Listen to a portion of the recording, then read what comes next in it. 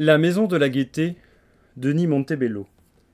Que l'art brut soit tendance, cela leur fait une belle jambe.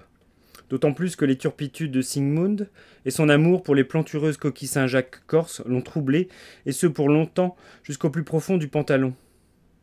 Et qu'on les regarde, pour éviter de les enfermer dans une catégorie qui relève un peu trop de la psychiatrie comme des outsiders. Mais pour comprendre, il faut remonter aux prémices de la psychologie de comptoir.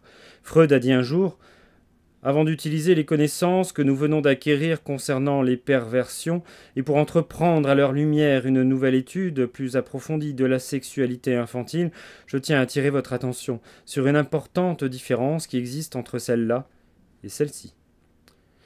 Il faut bien admettre que ce jour-là, il en tenait une bonne.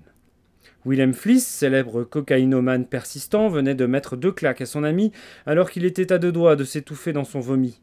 C'est alors que dans un élan de lyrisme titubant, le psychanalyste, sous les yeux ébahis de l'assistance composée de 2-3 cochons dodus et d'une cafetière en satin blanc, se défie de son attribut le plus précieux. Qui aurait cru que ce jour-là, Freud enterrerait lui-même le mythe du gros moustachu à menhir. Certes, ils ont anticipé la mort de l'art, préfiguré avec leurs maisons nos installations, mais enfin quand même, c'était sans compter la curiosité machiavélique du feu rédacteur en chef de Pilote. On l'accuse d'avoir pris l'art en traître, alors que celui-ci se remettait à peine du cubisme. Il ira longtemps à faire la manche dans les rues de Paris et de Bruxelles, sous le regard lubrique d'Arthur Danto, célèbre transfigurateur alternatif alors en vacances avec sa belle-sœur Marie-Josette, critique culinaire à la billetterie du musée des Beaux-Arts et coiffeuse à mi-temps dans un petit village de l'ouest de la France qui résiste encore et toujours à l'envahisseur et morte tragiquement écrasée par un gros caillou tombé du 5e étage de sa petite maison en terre. Ravagé, le philosophe des arts s'engagea dans l'armée romaine et devint légionnaire.